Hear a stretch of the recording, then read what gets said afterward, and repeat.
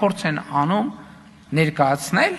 թե մենք պայքարում ենք եկեղեցու դեմ։ Իրականում մենք այսօր այլ բան չենք անում, քան եկեղեցու 356 թվականի աշտիշատի ժողովով հաստատված նվիրապետությունը պաշտպանելն է։ Այս որոշման տրամաբանության մեջ նաև այն էր, որ եկեղեցու ունեցվածքի նկատմամբ ուղղակի կամ անուղղակի ժառանգական իրավունքներ չծագեն, որովհետև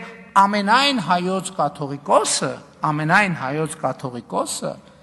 հայ առաքելական եկեղեցու գույքի տերն է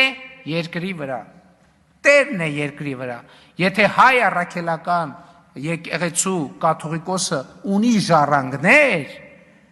այստեղ անխուսափելիորեն ծագում է ժառանգական իրավունքը։ Նվիրապետությունը նաև նրա համար է սահմանվել, որ անձնավորված որոշումներ չլինեն։ Մենք հակառակ պատկերն ունենք։ Հազար ներողություն այս բառիս համար, մոմի գործի նայողը